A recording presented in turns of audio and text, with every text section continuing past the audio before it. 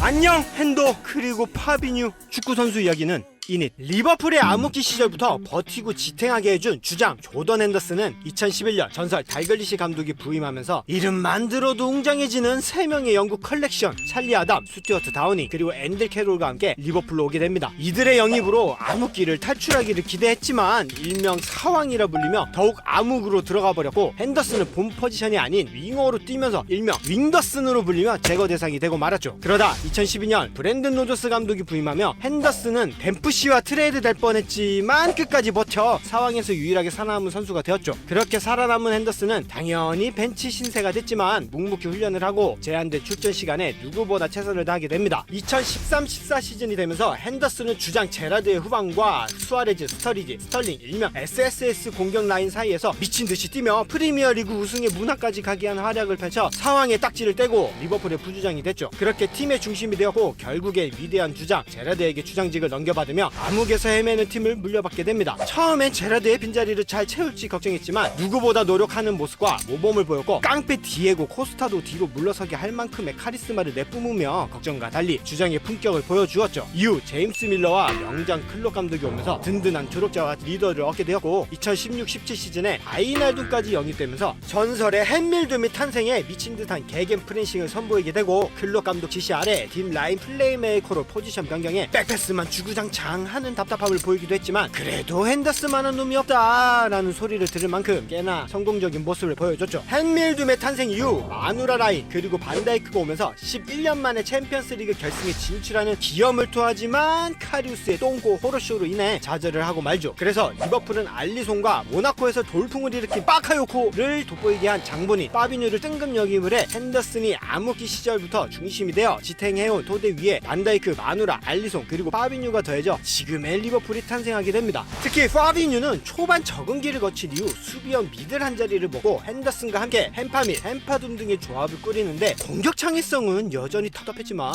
리그 30승 7무 1패라는 어마어마한 경기력을 선보이지만 그보다 더한 맨시티의 1점 차로 뒤져 아쉽게 우승을 놓치게 되죠. 그래도 챔피언스 리그에선 안필드의 기적을 일으키며 2년 연속 결승에 올라 마침내 우승을 하며 비기어를 멋들어지게 들어올리며 표효하게 됩니다. 그리고 19-20 시즌 그토록 염원하던 프리미어리그 우승을 차지하고 리그컵과 FA컵 모두 우승을 하며 리버풀에서 둘 수 있는 모든 컵을 들어올리게 됩니다. 이렇게 영광의 시대의 중심이었던 조던 핸더슨과 파비뉴가 최근 아무리 폼이 급격하게 떨어져 욕을 오지게 먹었어도 사우디로 간다고 하니 뭔가 아쉽기만 한데, 특히 조던 핸더슨은 상황을 거쳐 주장이 되어 리버풀을 지탱해준 것에 진짜 감사하며 누구보다 헌신해준 위대한 주장이자 선수였기에 부디 사우디에서 말년 돈 많이 땡기고 훗날 꼭 리버풀로 돌아와 유소년 코치가 되어 근본의 리더십과 특기인 제기차기 킥을 꼭 전파해주길 바라면서 둘 다 고마웠고 고생했다. 안녕. 축구선수 이야기는 이닛.